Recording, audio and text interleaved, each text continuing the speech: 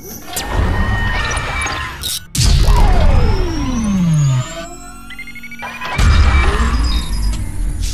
to Mariam Agri Academy. Please subscribe. Going to cover the first module of meteorology. So let's get started with the meteorology. तो देखते हैं आज का topic. देखिए आज हम बात करेंगे meteorology के अंदर एग्रोक्लाइमेटिक जोन्स की, पर उससे पहले हम समझेंगे meteorology क्या होता है। देखिए basically meteorology is the study of weather, और we can say science of weather, जिसके अंदर हम डील करते हैं डिफरेंट एटमॉस्फेरिक कंडीशंस की, कि वेदर में जो भी फिनोमिना होते हैं उनके बारे में जो है मेटीरियोलॉजी के अंदर स्टडी किया जाता है, तो इसे कहा जाता है meteorology. Now meteorology deals with two term. देखिए टू टर्म जो मेटीरियोलॉजी के अंदर है, इंपॉर्टेंट टर्म है, one is the weather and another one is the climate. Now what is weather? देखिए weather is the short term condition of an atmosphere for a particular time for a particular place. एक particular place की एक particular time के लिए जो condition होती है उसे कहा जाता है weather. For example if I am saying today is a cloudy day और today is a rainy day, तो वो होगा वेदर, वो होती है वेदर कंडीशन। एक शॉर्ट टर्म बेसिस पे जो है एक पर्टिकुलर प्लेस की जो कंडीशन है, एटमोस्फेयर कंडीशन है, उसे कहा जाता है weather. But if I'm saying climate, तो climate is a long-term atmospheric condition for a particular reason, for a time, जो time होता है, long term time होता है, उस time पे एक इस place की जो एक रीजन की जो एटमोस्फेरिक कंडीशंस होती हैं उन्हें कहा जाता है climate. For example cold climate या हॉट क्लाइमेट, तो ये सब होता है क्लाइमेट। जैसे फॉर एग्जाम्पल मैं बोलूं कि हिमाचल प्रदेश का क्लाइमेट कैसा है, तो हिमाचल प्रदेश का जो क्लाइमेट है कोल्ड क्लाइमेट है, ठीक है, तो ये होता है क्लाइमेट। तो ये डिफरेंस है, बेसिक डिफरेंस है वेदर एंड क्लाइमेट में। दोनों ही सेम टर्म नहीं है, दोनों ही डिफरेंट टर्म है। फाइन, तो अब बात करते हैं जो मेटीरियोलॉजी है इंडिया में, इंडियन मेटीरियोलॉजिकल डिपार्टमेंट, ये कब स्टैब्लिश हुआ। देखिए इंडियन मेटीरियोलॉजिकल डिपार्टमेंट जो है वो 1875 में स्टैब्लिश हुआ, और सबसे पहले जो ये हुआ था स्टैब्लिश, ये कलकत्ता में स्टैब्लिश हुआ था, ठीक है, कलकत्ता में ये स्टैब्लिश हुआ। उसके बाद जो है अब आज की अगर रिसेंट टाइम की बात की जाए तो इंडियन मेट्रोलॉजिकल डिपार्टमेंट जो है वो दिल्ली में है, न्यू दिल्ली में है, और न्यू दिल्ली से पहले ये पुणे में था। इसलिए बहुत सारे बच्चे अभी भी कंफ्यूज होते हैं, क्योंकि अगर आप बुक में देखेंगे तो आपको बहुत सारी बुक में मिलेगा इंडियन मेट्रोलॉजिकल डिपार्टमेंट जो है पुणे में है। तो इसका जो राइट आंसर है Indian meteorological department new Delhi में है रिसेंट टाइम में, और इससे पहले जो है ये पुणे में था, इससे पहले पुणे में था। पर 1944 में जो है ये न्यू दिल्ली में शिफ्ट हो चुका है, और सबसे पहले जो है कलकत्ता में इसे एस्टैब्लिश किया गया था 1875 में। इसका एस्टैब्लिश ईयर है 1875। तो इंडियन मेट्रोलॉजिकल डिपार्टमेंट 1875 में एस्टैब्लिश हुआ है और 1944 में न्यू दिल्ली में शिफ्ट हो गया है। तो ये था इसके बारे में, मेट्रोलॉजी के बारे में इंपॉर्टेंट पॉइंट। चलिए नेक्स्ट बात करते हैं एग्रोमेटीरियोलॉजी की। Now what is agrometeorology? Agrometeorology is a branch of meteorology. ये मेटीरियोलॉजी की ब्रांच है जो डील करती है interaction between the weather climatic condition and agriculture production. Agriculture production और जो वेदर कंडीशंस होती हैं, जो एटमॉस्फेरिक कंडीशन होती है, उसके बीच के इंटरैक्शन को डील किया जाता है अंडर एग्रोमेटीरियोलॉजी। तो एग्रोमेटीरियोलॉजी जो है वो agriculture production and climatic condition के बीच का जो इंटरैक्शन होता है उसके ऊपर जो है ये साइंस डील करती है, and it is an branch of meteorology. तो ये है एग्रोमेटीरियोलॉजी। अब देखिए एग्रोमेटीरियोलॉजी में जो है हम आज जो टॉपिक डिस्कस करेंगे वो डिस्कस करेंगे एग्रोक्लाइमेटिक जोन को। देखिए एग्रोक्लाइमेटिक जोन होते क्या हैं? देखिए एग्रोक्लाइमेटिक जोन जो होते हैं एक लैंड यूनिट होती है जो कि क्लाइमेट के बेसिस पे, ग्रोइंग पीरियड के बेसिस पे, लेंथ ऑफ ग्रोइंग पीरियड, जो क्रॉप का ग्रोइंग पीरियड होता है उसके बेसिस पे जो है इन्हें डिवाइड किया जाता है। और भी बहुत सारे अदर फैक्टर्स होते हैं जो एग्रोक्लाइमेटिक जोन को डिवाइड करने के लिए जो है इंपॉर्टेंट होते हैं, जैसे वाटर सरप्लस या वाटर डिफिशिएंट। ये सारी चीजें जो है ध्यान में रखते हुए जोन को जो है, पर्टिकुलर जोन को उनको जो है डिवाइड किया जाता है, और टोपोग्राफी के अकॉर्डिंग, रेनफॉल अमाउंट के अकॉर्डिंग, क्रॉपिंग पैटर्न के अकॉर्डिंग, क्रॉपिंग पैटर्न और क्रॉपिंग सिस्टम के अकॉर्डिंग जो है एग्रोक्लाइमेटिक जोन को इनको डिवाइड किया जाता है, ठीक है। तो ये जो है लेंथ ऑफ ग्रोइंग पीरियड और क्लाइमेट, ये इंपॉर्टेंट पॉइंट है कि इसके अकॉर्डिंग जो है जो लैंड यूनिट्स होती हैं उनको डिवाइड किया जाता है अंडर एग्रोक्लाइमेटिक जोन। तो अदर फैक्टर्स भी हैं, अदर फैक्टर्स मैंने आपको बताया कि अगर अदर फैक्टर्स की बात की जाए तो टोपोग्राफी को ध्यान में रखा जाता है, वाटर सरप्लस को ध्यान में रखा जाता है कि एरिया जो है वो वाटर सरप्लस है या वाटर डिफिशिएंट है, ठीक है। क्रॉपिंग सिस्टम यहाँ पे कौन सा यूज किया जाता है, क्रॉप्स यहाँ पे कौन सी ग्रो की जाती हैं। तो ये सारे जो अदर फैक्टर्स हैं इनको भी जो है ध्यान में रख के एग्रोक्लाइमेटिक जोन्स को डिवाइड किया जाता है, ठीक। और अभी जो है इंडिया में आपके 15 एग्रोक्लाइमेटिक जोन्स हैं, 15 एग्रोक्लाइमेटिक जोन्स हैं जो कि planning commission which is now known as Niti Aayog. NITI Aayog का फुल फॉर्म क्या है? नीति आयोग का फुल फॉर्म है आपका national institute for transforming India, national institute for transforming India. तो ये जो है इसका फुल फॉर्म है और प्लानिंग कमीशन को अब नीति आयोग के नाम से जाना जाता है। तो प्लानिंग कमीशन ने 1989 में, आपका 1989 में जब 7th 5 ईयर प्लान चल रहा था, तो 7th 5 ईयर प्लान के अंदर जो है हमारा एग्रोक्लाइमेटिक जोन को बनाया गया। एग्रोक्लाइमेटिक जोन 15 एग्रोक्लाइमेटिक जोन को जो है अंडर 7th 5 ईयर प्लान जो है बनाया गया है। तो ये क्वेश्चन भी जो है आपसे पूछा जा सकता है कि कौन से 5 ईयर प्लान के अंदर जो है एग्रोक्लाइमेटिक जोन को बनाया गया है, तो उसका आंसर होगा 7th 5 ईयर प्लान के अंदर जो है एग्रोक्लाइमेटिक जोन को बनाया गया है और बनाया गया प्लानिंग कमीशन के द्वारा। प्लानिंग कमीशन, एग्जाम में प्लानिंग कमीशन नहीं होगा, एग्जाम में नीति आयोग लिखा होगा, तो वहां पे आपको कंफ्यूज होने की जरूरत नहीं है कि प्लानिंग कमीशन को ही नीति आयोग जो है अब कहा जाता है। तो ये है 15 एग्रोक्लाइमेटिक जोन, ठीक है, जो कि नीति आयोग के द्वारा बनाए गए 1989 में। अब एक और इंपॉर्टेंट पॉइंट है, देखिए आईसीआर के द्वारा भी जो है इंडिया को, हमारी कंट्री को जो है डिफरेंट एग्रोक्लाइमेटिक जोन में डिवाइड किया गया है। वो जो जोन है वो है 131 according to ICR. This is an very important point क्योंकि बच्चे जो है कंफ्यूज होते हैं। 15 एग्रोक्लाइमेटिक जोन हमारे प्लानिंग कमीशन ने दिए हैं और आईसीआर ने दिए हैं 131 एग्रोक्लाइमेटिक जोन। इसमें भी देखिए अगर आप बुक्स में देखेंगे तो बहुत सारी जगह में आपको 127 मिलेगा। देखिए 127 थे बट उसमें जो है अंडमान निकोबार और पौंडीचेरी के जोन्स को जो है ऐड किया गया, तो उसके बाद जो है अब टोटल 131 जो है एग्रोक्लाइमेटिक जोन है according to ICAR. So please keep this point in your mind कि 131 है अकॉर्डिंग टू आईसीएआर, ठीक है। 127 वाला जो है उसमें ऐड हो चुके हैं जो अंडमान और निकोबार एंड पौंडीचेरी वाले जो जोन थे एग्रोक्लाइमेटिक जोन, उनको ऐड कर दिया गया है। अब टोटल 131 है। तो this is an important point about ICR के जो एग्रोक्लाइमेटिक जोन्स हैं, ठीक है। आईसीआर देखिए Indian institute of agriculture research जो कि 16 जुलाई 1929 को जो है स्टैब्लिश हुआ है। तो ये जो है इसने जो है 131 एग्रोक्लाइमेटिक जोन में इंडिया को डिवाइड किया है। तो चलिए मूव करते हैं नेक्स्ट स्लाइड की तरफ। देखिए नेक्स्ट स्लाइड में हम जानेंगे जो 15 एग्रोक्लाइमेटिक जोन है इंडिया के, वो जोन कौन कौन से जो है एरिया में इंडिया के कौन कौन से स्टेट जो है उन एग्रोक्लाइमेटिक जोन्स में आते हैं, उनके बारे में हम स्टडी करेंगे। तो चलिए सबसे पहले देखते हैं वेस्टर्न हिमालयन रीजन। देखिए जो इंडिया का मैप है इससे हम जानेंगे हमारे एग्रोक्लाइमेटिक जोन्स को। देखिए ये मैप अगर आप ये इमेज अपने दिमाग में इसे फिट कर लेंगे तो आपके लिए बहुत इजी होगा एग्रोक्लाइमेटिक जोन्स को जो है मेमोराइज करना। आपको ज्यादा एफर्ट लगाने की जरूरत नहीं पड़ेगी, ज्यादा रट्टा मारने की जरूरत नहीं है कि कौन से जोन में कौन सा स्टेट आता है, इसकी जरूरत नहीं होगी। अगर आप ये फॉलो करेंगे, अगर आप ये इमेज फॉलो करते हैं, इंडिया के मैप की इमेज फॉलो करते हैं, तो आप इजीली आपको पता चलेगा कि कौन कौन से जो स्टेट हैं वो कौन कौन से एग्रोक्लाइमेटिक जोन में आते हैं। देखिए का जो एएफओ का एग्जाम था 2016 का जो एएफओ का एग्जाम था उसमें एग्रोक्लाइमेटिक जोन के रिगार्डिंग जो है क्वेश्चन पूछा गया था।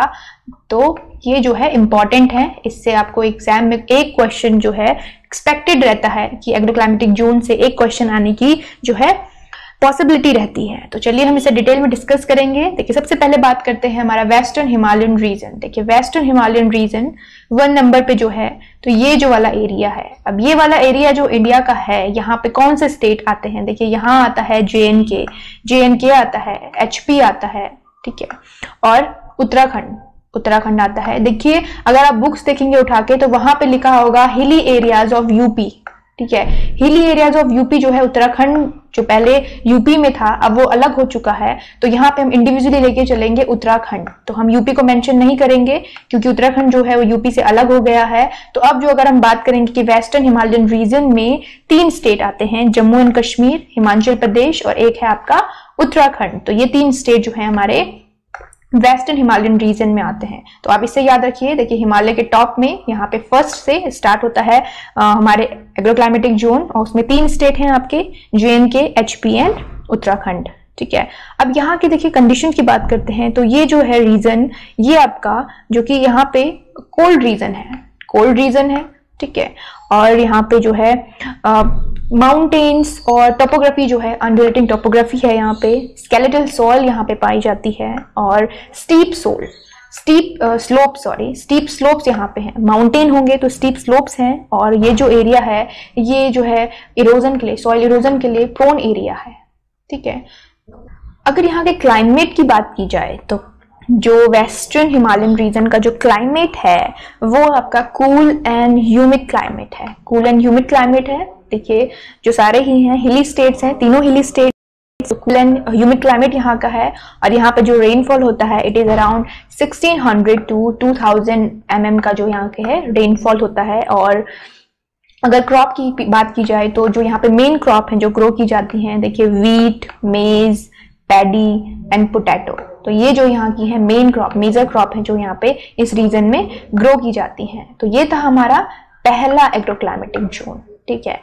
चलो नेक्स्ट बात करते हैं ईस्टर्न हिमालयन रीजन की। देखिए ईस्टर्न हिमालयन जो रीजन है इसमें सारे जो ईस्टर्न स्टेट है, ये वाला जो एरिया है ईस्टर्न स्टेट का, ये जो एरिया है ये आता है आपके ईस्टर्न हिमालयन रीजन में। और देखिए यहाँ पे आपको ज्यादा स्टेट जो है वो जो है यहाँ पे याद करने की जरूरत नहीं है, क्योंकि ईस्टर्न हिमालयन रीजन जो ईस्ट वाला पार्ट है, सारे ही ईस्टर्न जो स्टेट हैं वो जो है यहाँ पे इसमें आते हैं। जो स्टेट ईस्टर्न स्टेट है, सिक्किम हो गया, असम हो गया, अरुणाचल प्रदेश हो गया, नागालैंड हो गया, आपका मणिपुर, मेघालय, आपका असम हो गया, त्रिपुरा, मिजोरम, ये सारे जो स्टेट हैं ईस्टर्न स्टेट जो हैं वो इस जो रीजन है हिमालयन रीजन है, ईस्टर्न हिमालयन रीजन, इसके अंदर आते हैं, ठीक है। पर यहाँ पे एक कंडीशन है कि वेस्ट बंगाल का जो जलपाईगुड़ी और कोचिन बिहार वाला जो डिस्ट्रिक्ट है, जलपाईगुड़ी और कोचिन बिहार जो डिस्ट्रिक्ट है वेस्ट बंगाल का, वो इस एरिया में, वो इस रीजन में आता है, मतलब ईस्टर्न हिमालयन रीजन में आता है। इसके दो डिस्ट्रिक्ट वेस्ट बंगाल के। तो यहाँ पे एग्जाम में आपसे क्वेश्चन रेज हो सकता है कि वेस्ट बंगाल के जलपाईगुड़ी और कोचिन बिहार जो डिस्ट्रिक्ट हैं वो कौन से जो एग्रोक्लाइमेटिक जोन है उसके अंदर आते हैं। तो उसका आंसर होगा ईस्टर्न हिमालयन रीजन जो है उसके अंदर जो है ये दो डिस्ट्रिक्ट वेस्ट बंगाल के आते हैं। अब देखिए ईस्टर्न रीजन की अगर क्लाइमेट की बात की जाए तो यहाँ का जो क्लाइमेट होता है वो ह्यूमिड सब ह्यूमिड क्लाइमेट होता है, ठीक है। यहाँ पे अराउंड 1800 to 3500 mm का रेनफॉल यहाँ पे होता है पर एनम। और सबसे जो यहाँ पे फ्रिक्वेंटली एक प्रैक्टिस जो यहाँ पे प्रैक्टिस की जाती है जो है shifting cultivation around eastern part के 1/3 एरिया में जो है शिफ्टिंग कल्टीवेशन को प्रैक्टिस किया जाता है, ठीक है। और शिफ्टिंग कल्टीवेशन के कारण जो है यहाँ पे बहुत सारी जो प्रॉब्लम्स हैं वो रेज हो रही हैं, जैसे डिग्रेडेशन की प्रॉब्लम है और ये जो एरिया है फ्लड प्रोन एरिया है। ईस्टर्न रीजन जो है ये फ्लड प्रोन एरिया है। तो ये सारी जो है यहाँ पे प्रॉब्लम्स रेज हो रही हैं ड्यू टू शिफ्टिंग कल्टीवेशन, ठीक है। तो ये था हमारा eastern Himalayan region. Fine, next बात करते हैं लोअर गैंगेटिक प्लेन्स की, ठीक है। लोअर गैंगेटिक प्लेन्स, उससे पहले देखते हैं गैंगेटिक प्लेन्स क्या है। देखिए गैंगेटिक प्लेन्स उन्हें कहा जाता है जो इंडिया की मेजर रिवर हैं, गंगा, इंडस और ब्रह्मपुत्र। तो इन नदियों के द्वारा जो मिट्टी लाई जाती है, जो मैदान इन नदियों के द्वारा मिट्टी लाने पे फॉर्म हुए हैं, ठीक है, जो फील्ड इन नदियों के जो सॉइल ये लेके आते हैं, उस सॉइल से जो फील्ड है फॉर्म हुए हैं उन्हें कहा जाता है गैंगेटिक प्लेन, ठीक है। और उन फील्ड्स पे जो स्टेट्स आज बने हैं, स्टैब्लिश हुए हैं, तो वो आते हैं इन डिफरेंट जोन में। तो सबसे पहले बात करते हैं लोअर गैंगेटिक प्लेन जो जोन है उसकी बात करते हैं। तो देखिए लोअर गैंगेटिक प्लेन जो ये वाला एरिया है, लोअर गैंगेटिक प्लेन में ये वाला एरिया आता है, इसमें आता है आपका वेस्ट बंगाल, ठीक है। वेस्ट बंगाल का जो थोड़ा सा एरिया है वो एरिया जो है आपका सेकेंड पार्ट में, जो सेकेंड रीजन है, सॉरी, हिमालयन रीजन जो है, ईस्टर्न हिमालयन रीजन, उसमें आता है। और बाकी का जो वेस्ट बंगाल है वो आपका आता है लोअर गैंगेटिक प्लेन में, ठीक है। तो लोअर गैंगेटिक प्लेन का जो सॉइल है वो एलुवियल है, ठीक है। ब्रह्मपुत्र रिवर जो है वेस्ट बंगाल में, ब्रह्मपुत्र रिवर जो है यहाँ से ब्रह्मपुत्र रिवर से लाई हुई मिट्टी जो है उससे जो है ये बना है वेस्ट बंगाल में। और एलुवियल सॉइल जो है यहाँ पे पाई जाती है। और ये एरिया भी जो है फ्लड प्रोन एरिया है, वेस्ट बंगाल का फ्लड प्रोन एरिया है। यहाँ पे जो है अगर क्लाइमेट की बात की जाए तो क्लाइमेट यहाँ का है humid and humid dry climate यहाँ का है। अराउंड 1300 to 1600 mm जो है यहाँ पे रेनफॉल होता है, जो वेस्ट बंगाल का रीजन है, मतलब लोअर गैंगटिक प्लेन का जो रीजन है वेस्ट बंगाल वाला, यहाँ पे ह्यूमिड और ह्यूमिड ड्राई क्लाइमेट है। और यहाँ पे जो मेजर क्रॉप जो ग्रो की जाती है, देखिए वेस्ट बंगाल जो है राइस के प्रोडक्शन के लिए जाना जाता है, और जूट यहाँ पे होता है, जूट के अलावा रेप सीड यहाँ पे ग्रो किया जाता है, व्हीट भी यहाँ पे ग्रो किया जाता है। तो ये यहाँ की जो है मेजर जो मेनली यहाँ पे क्रॉप जो है ग्रो की जाती हैं। तो ये था हमारा लोअर गैंगटिक प्लेन्स, जो कि तीसरे नंबर का रीजन है। इसके बाद बात करते हैं हम मिडिल गैंगटिक प्लेन की। ठीक है, मिडिल गैंगटिक प्लेन देखिए, मिडिल गैंगटिक प्लेन ये वाला रीजन जो है, अब ये वाले रीजन में मिडिल गैंगटिक में कौन सा रीजन आता है, देखिए ये वाले रीजन में आता है आपका यूपी और बिहार। यूपी और बिहार आता है इस रीजन में। ठीक है, यूपी और बिहार में देखिए, यूपी और बिहार वाला रीजन जो है अपनी जो है हाई क्रॉपिंग इंटेंसिटी के लिए जाना जाता है। 142% जो है इसकी क्रॉपिंग इंटेंसिटी है यूपी और बिहार वाला जो रीजन है मिडिल गैंगटिक प्लेन्स। और यहाँ पे जो है टोटल क्रॉप्ड एरिया 40% जो है यहाँ पे टोटल क्रॉप्ड एरिया है। तो ये जो है अपनी क्रॉपिंग इंटेंसिटी के लिए हाई क्रॉपिंग इंटेंसिटी जो है इसमें पाई जाती है। फोर्थ जो रीजन है मिडिल गैंगटिक प्लेन्स रीजन। और यहाँ का जो क्लाइमेट है ह्यूमिड ड्राई और सब ह्यूमिड क्लाइमेट है, यहाँ का ह्यूमिड ड्राई एंड सब humid climate. Around 1200 to 1400 mm का रेनफॉल जो है पर एनम यहाँ पे होता है यूपी में। और देखिए यूपी के बारे में एक और इम्पोर्टेंट पॉइंट कि यूपी जो है अब वेजिटेबल प्रोडक्शन में जो है वेस्ट बंगाल को ओवरकम कर चुका है। तो यूपी, इससे भी आप याद रखिए, इस ये पॉइंट जो है इंपॉर्टेंट पॉइंट है यूपी के बारे में कि यूपी जो है अपना प्रोडक्शन वेजिटेबल का इंक्रीज कर चुका है और लीडिंग स्टेट है वेजिटेबल प्रोडक्शन में इंडिया का। वेस्ट बंगाल को जो है ओवरकम कर चुका है। तो ये था आपका middle Gangetic plain region, fourth one middle Gangetic plain. अब बात करते हैं अपर गैंगटिक प्लेन रीजन की। देखिए अपर गैंगटिक प्लेन रीजन में जो है यूपी का जो रेस्ट पार्ट है, यूपी का जो रेस्ट पार्ट है अपर गैंगटिक रीजन में, वो जो है यहाँ पे आता है। तो जो अपर गैंगटिक प्लेन है ये वाला रीजन जो है यूपी का, ये वाला रीजन जो है आपका अपर गैंगटिक प्लेन में आता है। फिफ्थ रीजन जो है, तो यहाँ पे जो है सोलरली जो है यूपी यहाँ पे आता है अपर गैंगटिक प्लेन में। और ये जो रीजन है, ये रीजन जो है अपने मैक्सिमम ग्राउंड वाटर को, ग्राउंड वाटर एग्जिस्टेंस जो है यहाँ पे मैक्सिमम ग्राउंड वाटर एग्जिस्टेंस है। और इरिगेशन के लिए जो है यहाँ पे कैनाल और ट्यूबवेल का, कैनाल और ट्यूबवेल का जो है यहाँ पे यूज किया जाता है फॉर इरिगेशन। तो कैनाल और ट्यूबवेल इरिगेशन जो है आपका अपर गैंगटिक प्लेन में यूज किया जाता है। और यहाँ का वेदर है, यहाँ का वेदर की बात की जाए तो ड्राई ह्यूमिड और सब ड्राई क्लाइमेट है यहाँ पे।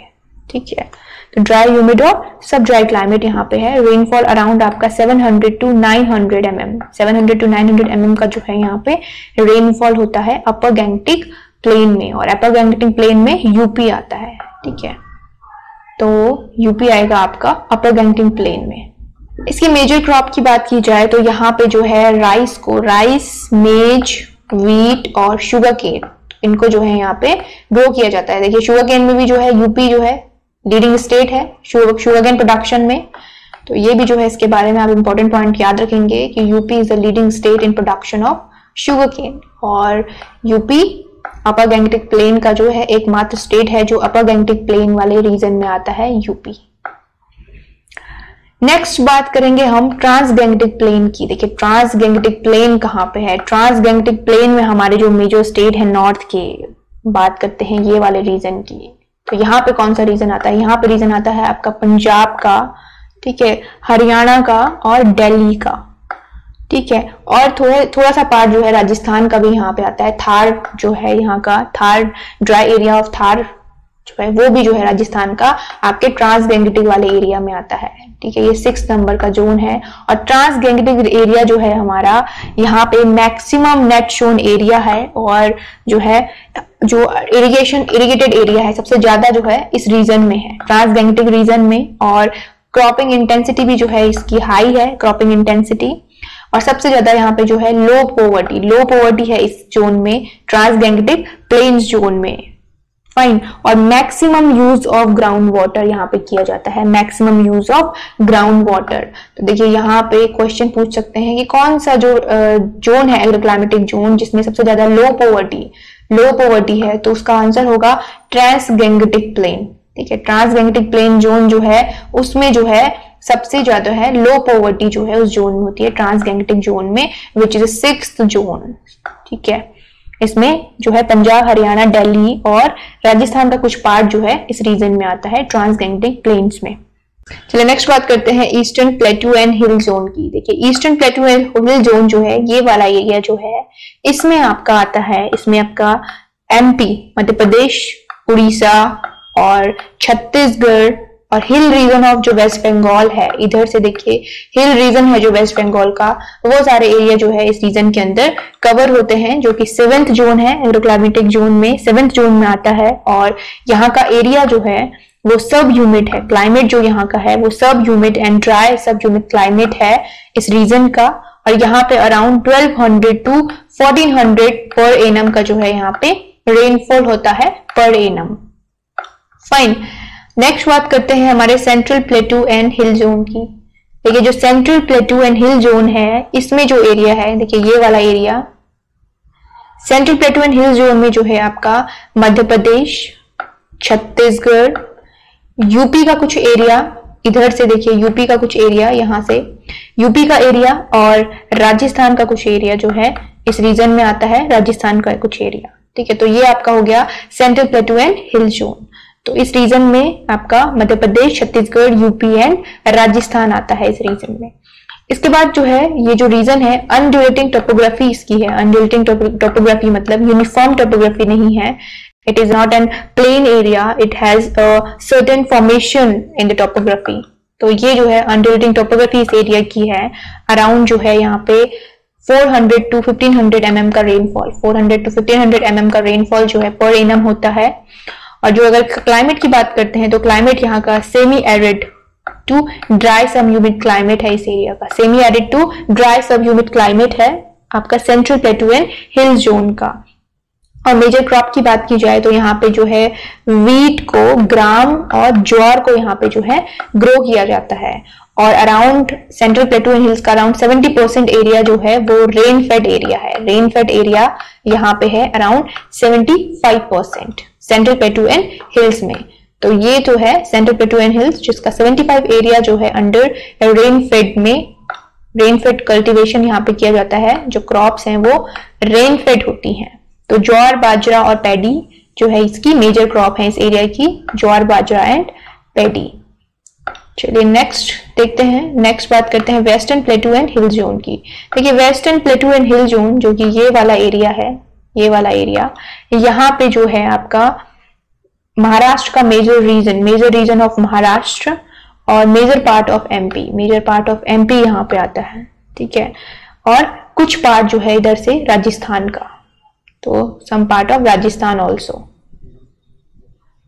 तो ये जो रीजन है इसका अराउंड 11% एरिया, 11% एरिया जो है वो फॉरेस्ट से ऑक्यूपाइड है।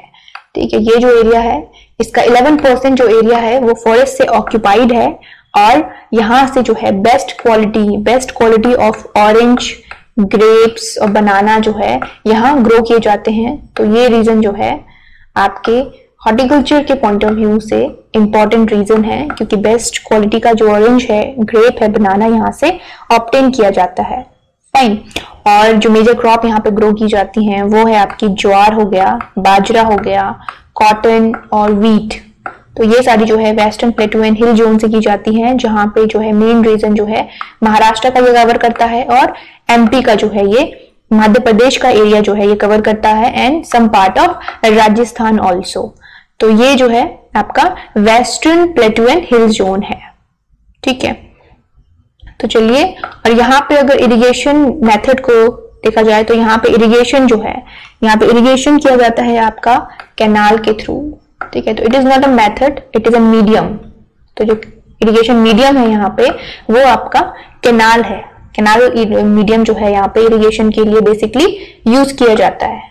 चलिए अब बात करते हैं southern plateau and hills zone की। Southern plateau and hills zone जो ये वाला एरिया है ये कवर करता है आपका आंध्र प्रदेश को, तमिलनाडु को और कर्नाटक को। तो ये 3 स्टेट जो है आते हैं southern plateau and hills zone में।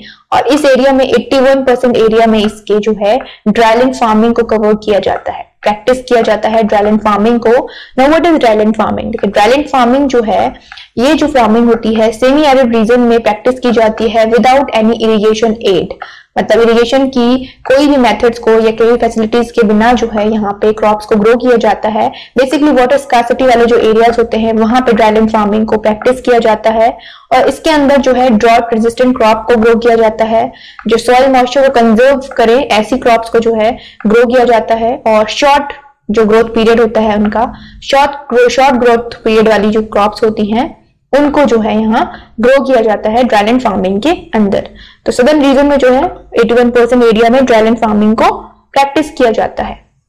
नेक्स्ट बात करते हैं ईस्ट कोस्ट एंड जो प्लेन्स वाला रीजन है। ईस्ट कोस्ट प्लेन और हिल जोन जो है ये वाला जो रीजन है देखिए ये कवर करता है आपका तमिलनाडु, जो वेस्ट पार्ट है तमिलनाडु का, और आंध्र प्रदेश का, उड़ीसा का जो पार्ट है, और पौंडीचेरी का। तो ये पार्ट कवर होते हैं हमारे ईस्ट कोस्ट एंड प्लेन्स में। और यहाँ की जो सॉइल है वो एलुवियल सॉइल और कोस्टल सॉइल जो है इस रीजन में पाई जाती है। इरिगेशन जो है यहाँ पे थ्रू कैनाल और टैंक जो है यहाँ पे इरिगेशन के मीडियम है, कैनाल और टैंक जो मीडियम है, ठीक है। और यहाँ पे बेसिकली जो क्रॉप्स ग्रो की जाती हैं ईस्ट कोस्ट में वो है ग्राउंडनट, राइस, रागी, ज्वार, बाजरा। तो ये सारी क्रॉप जो है आपकी ईस्ट कोस्ट प्लेन और हिल जोन में जो है ग्रो की जाती हैं। तो ये था हमारा ईस्ट कोस्ट प्लेन्स और हिल जोन।